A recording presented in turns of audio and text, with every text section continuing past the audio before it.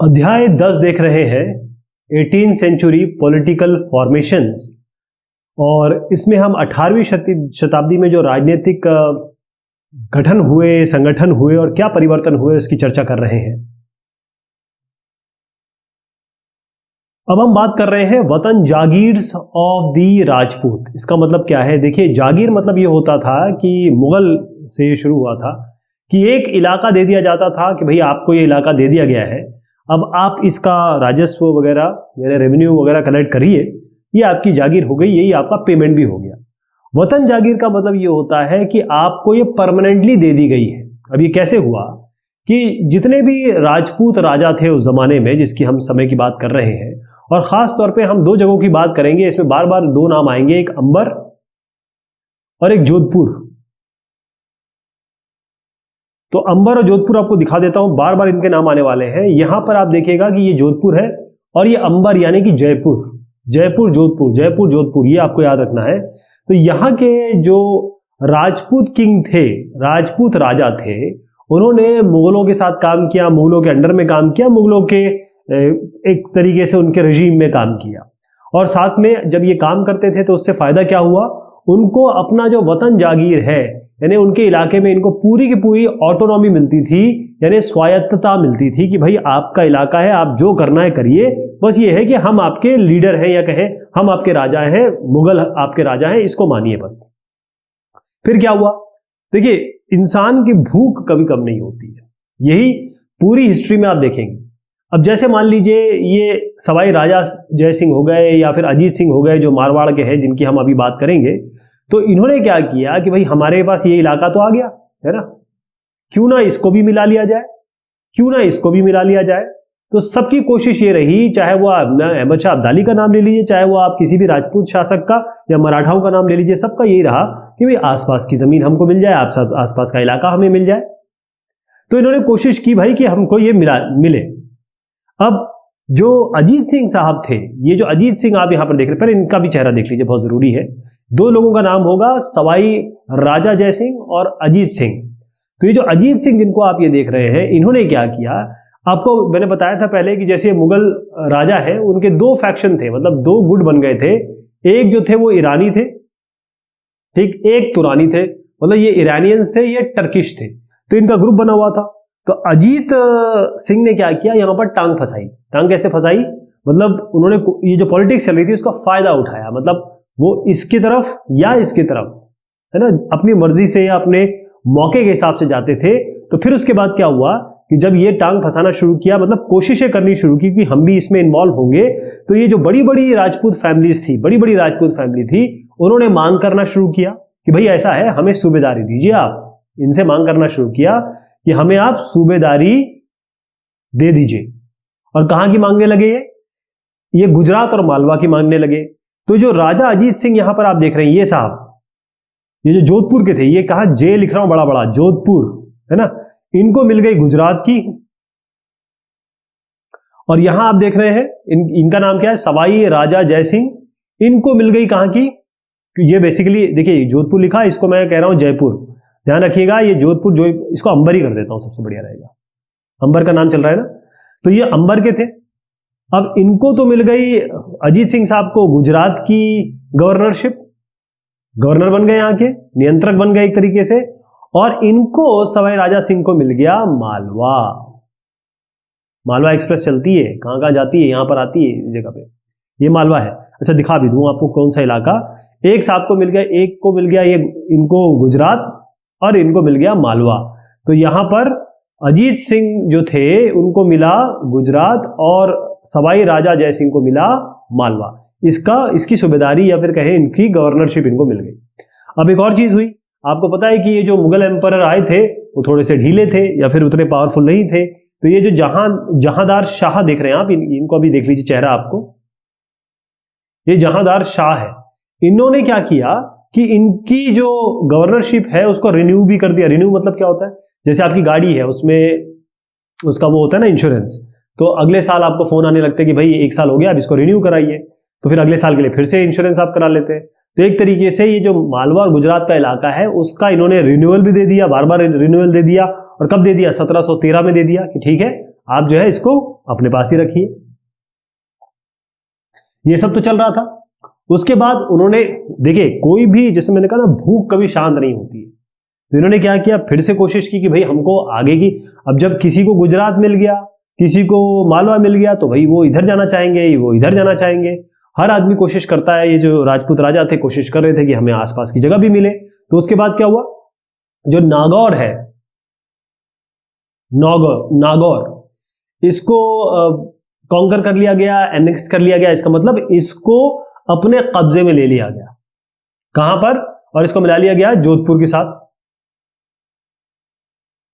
जोधपुर के साथ इसको मिला लिया गया, किसको? नागौर को।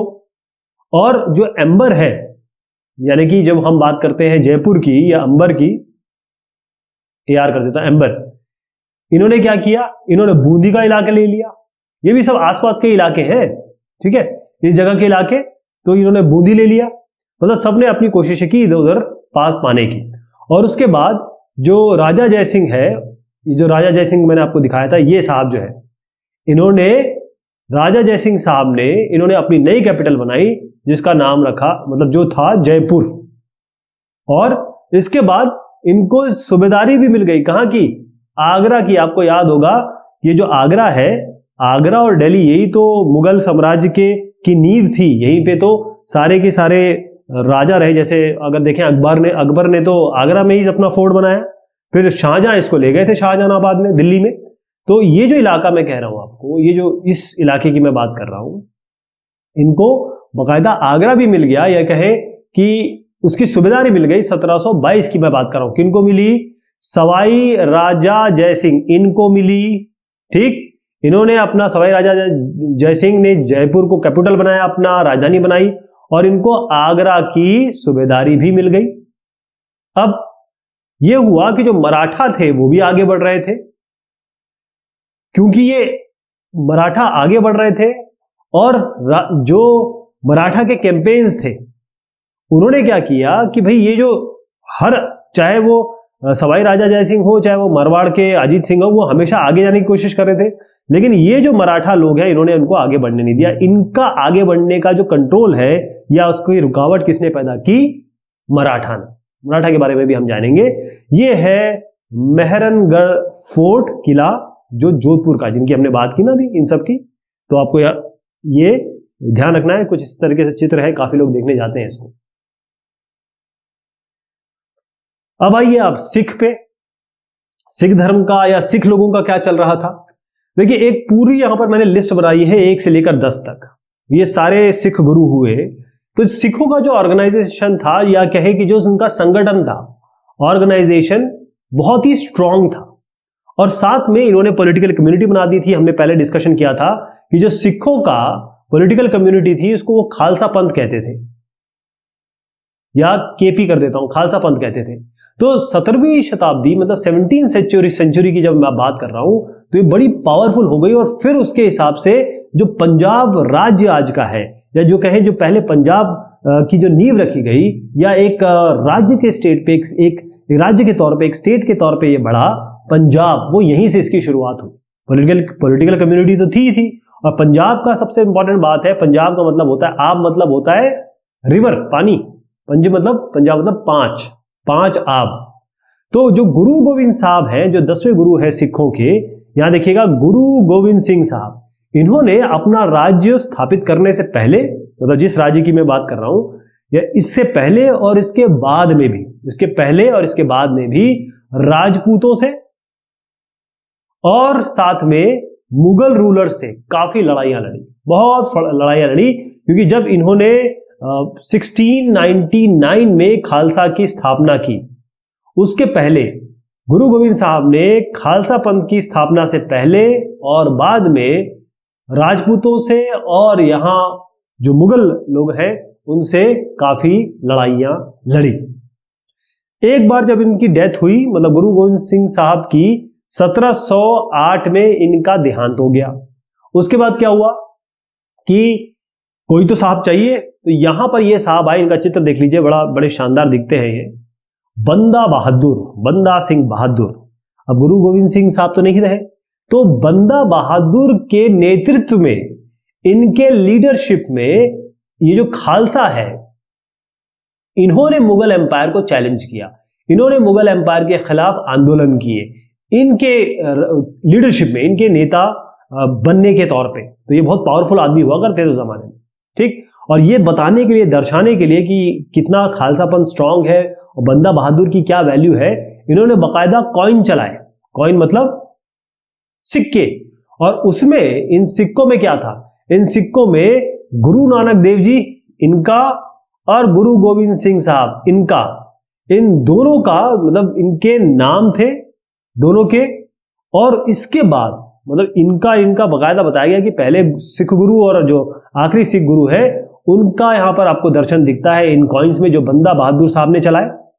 और फिर उसके बाद बंदा बहादुर के ही राज में इन्होंने सतलुज से लेकर, सतलुज नदी से लेकर जमुना नदी तक अपना राजपाट बढ़ाया, एडमिनिस्ट्रेशन बढ़ाया। और फाइनली क्या हुआ, मैं पहले आपको बता देता हूं कि हम कहां की बात करें। देखिए, सतलुज यहां है और जमुना यहां है, तो ये पूरा इलाका जो है, ये पूरा सिखों के एडमिनिस्ट्रेशन में या कहें उनके आधिपत्य में आ गया, बंदा बहादुर साहब के रेन में, शासनकाल में या उनके लीडरशिप में। लेकिन हुआ ये कि ये जो बंदा बहादुर साहब है, इनको 1715 में बंदा बहादुर साहब, बीबी कर देता हूं, इनको पकड़ा गया, कैप्चर कर लिया गया और उसके बाद 1716 में इनको मार दिया गया, एग्जीक्यूट कर दिया गया।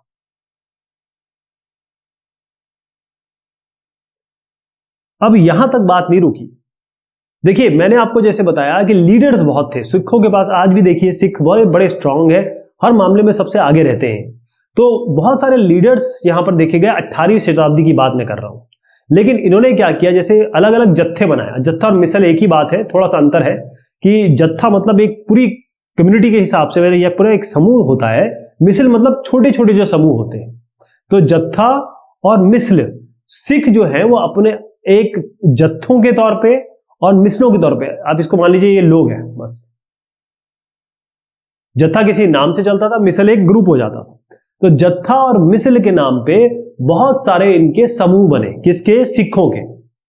और फिर क्या होता था, ये जत्था और मिसल मिलके ये कंबाइंड वे में, ये आपस में जो फोर्सेस थी, इनको कंबाइंड अगर कर दिया जाए तो इस कंबाइंड फोर्स का नाम था, या इस कंबाइंड एंटिटी या बॉडी का नाम था ग्रैंड आर्मी, जिसको कहा जाता है सिख में दल खालसा। तो दल खालसा में कौन कौन आते हैं? जितने भी जत्थे बने और जितने भी यहां पर आपके मिसल बने, राइट। और ये जो पूरी बॉडी है जत्थों की और मिसलों की, जैसे J1 जत्था है, J2 जत्था है, मिसल 1 है, मिसल 2 है, ये सब मिलते थे कहां पर? अमृतसर में। कहां? अमृतसर में। और कब मिलते थे? ये बहुत बड़ा पावन त्योहार, बड़ा इंपॉर्टेंट त्योहार होता है बैसाखी। इनका? पंजाबियों का।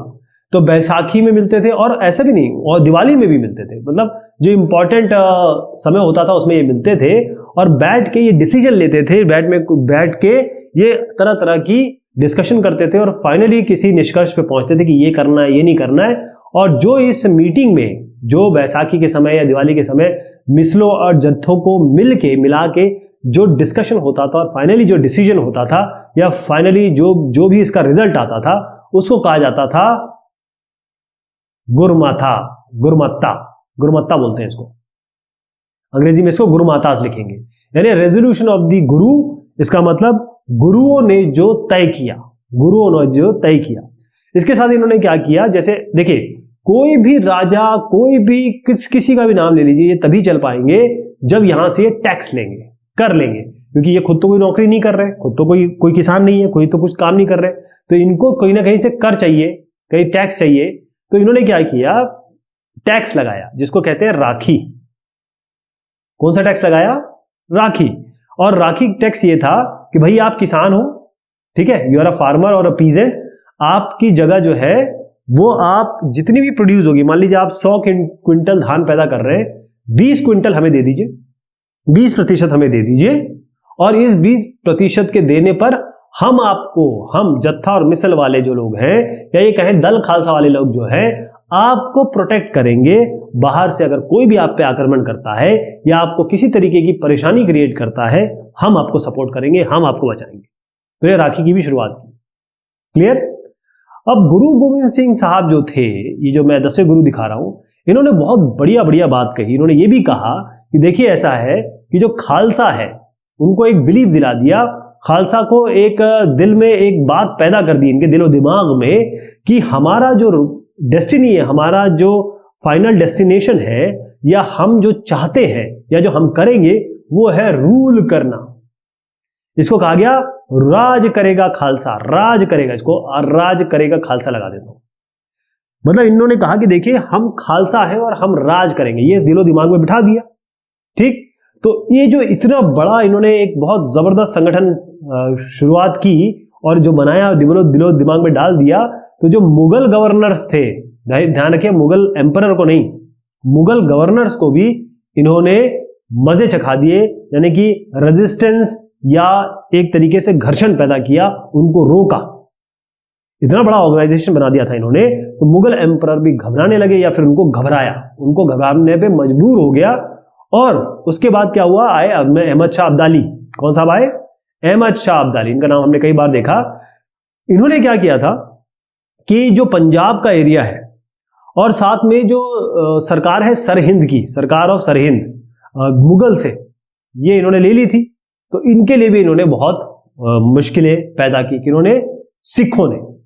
ठीक, उसके बाद जो खालसा इतना सब कुछ कर रहे थे, तो ये जो खालसा का मैं नाम ले रहा हूं, इन्होंने फिर से जो कॉइन है वो यानी सिक्के फिर से 1765 में जनरेट किए, निकाले। और इन सिक्कों में क्या लिखा था, इन सिक्कों नहीं, सिक्के कॉइन्स में ये लिखा था जो वो चीज कही गई थी जो बंदा बहादुर के समय चीज कही गई थी। तो बंदा बहादुर ने जो चीज कही, जो उपदेश दिए गए या उनके समय में जो उपदेश दिए गए, ये जो बात कही गई, वही इन सिख कॉइन्स या जो सिक्के हैं उनमें दिखाई दिया। राइट। अब इतना आगे बढ़े कि अगर हम 18वीं शताब्दी के अंत में पहुंच जाएं, तो सिख का इलाका जो कि पहले सतलुज से लेकर जमुना तक था, अब वो जमुना तक तो था, लेकिन सतलुज से और ऊपर चला गया सिंध नदी, या आप कहें सिंधु नदी या इंडस रिवर तक। इसका मतलब पहले वो कहां थे, पहले वो यहां से यहां तक थे, अब वो यहां से यहां तक आ गए। इतना बड़ा इलाका इन्होंने अपने नियंत्रण में लिया। तो अब ये सिंधु नदी से लेकर जमुना तक इनका पूरा एक आधिपत्य हो गया। लेकिन बात यही थी कि ये लोग अलग अलग बहुत अच्छे थे, लेकिन अलग अलग भाग में डिवाइडेड थे, कि एक भाग ये हो गया, एक समूह ये हो गया। तो फिर इनके सिखों में से एक साहब आए, महाराजा रंजीत सिंह।